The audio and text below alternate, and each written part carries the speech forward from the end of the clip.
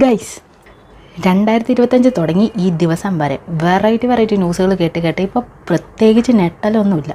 പക്ഷേ കഴിഞ്ഞ ദിവസം ഉണ്ടായ ഒരു ന്യൂസ് എനിക്കത് സംസാരിച്ചില്ലെങ്കിൽ ശരിയാവത്തില്ല എന്ന് തോന്നി. കോട്ടയത്ത് നഴ്സിംഗ് വിദ്യാർത്ഥികൾ റാഗിങ് ചെയ്തതിനൊരു ഇഷ്യൂ ഉണ്ടായല്ലോ. സീനിയേഴ്സ് ജൂനിയേഴ്സിനെ കെട്ടിയിട്ട് അവരുടെ ദേഹത്ത് കോമ്പസ് വെച്ച് മുറിവേൽപ്പിച്ച് ആ മുറിവുകളിൽ ബോഡി ലോഷൻ ഒഴിച്ച് വേദനിപ്പിക്കുകയും അവർ അലറി വിളിക്കുമ്പോൾ അവരുടെ വായിലേക്ക് ഇതേ ബോഡി ലോഷൻ ഒഴിക്കുക, അവരുടെ സ്വകാര്യ ഭാഗങ്ങളിൽ ഡമ്പൽ കെട്ടിയിട്ട് അവരെ വേദനിപ്പിക്കുകയൊക്കെ ചെയ്തൊരു സംഭവമുണ്ട്. അതിൻ്റെ പേരിൽ 5 പേരാണ് ഇപ്പോൾ പോലീസ് അറസ്റ്റ് ചെയ്തേക്കുന്നത്. എനിക്ക് മനസ്സിലാവുന്നില്ല നമ്മുടെ കുട്ടികളുടെ മെൻറ്റാലിറ്റി ഏത് രീതിയിലാണ് പൊയ്ക്കൊണ്ടിരിക്കുന്നതെന്ന്. പ്രത്യേകിച്ച് 2025 തുടങ്ങിയത് മുതൽ എന്തൊക്കെ ടൈപ്പ് ന്യൂസുകളാണ്. ഒരു വർഷത്തെ കോഴ്സും കൂടെ കഴിഞ്ഞ് പാസ് ഔട്ടായി നേഴ്സായിട്ട് ഒരു ഹോസ്പിറ്റലിൽ വർക്ക് ചെയ്യേണ്ട ആളുകളാണ് ഇപ്പോൾ കൊടും ക്രിമിനൽസായിട്ട് ജയിലിലേക്ക് പോകുന്നത്. നമ്മൾ സ്കൂളും കോളേജിലൊക്കെ പഠിച്ച, പക്ഷേ ഈ രീതിയിൽ ക്രൂരതയൊന്നും നമ്മുടെ മനസ്സിലേക്ക് ആ സമയത്ത് വന്നിട്ടില്ല. എങ്ങനെയാണ് ഇപ്പോൾ ആളുകൾക്കൊക്കെ ഇതുപോലെ ചിന്തിക്കാൻ പറ്റുന്നതെന്നും മനസ്സിലാവുന്നില്ല.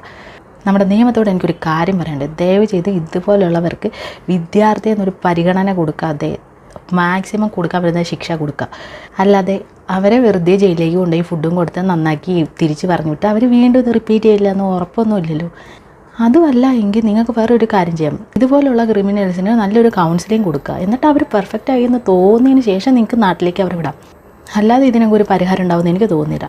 നമ്മുടെ നിയമം ഇതുപോലെയൊക്കെ ഒന്ന് ചിന്തിച്ച് തുടങ്ങിയായിരുന്നെങ്കിൽ എപ്പോഴേ നമ്മുടെ നാട്ടിലെ ഓരോ ക്രൂരതകളൊക്കെ ഇല്ലാതായി തുടങ്ങിയനെ.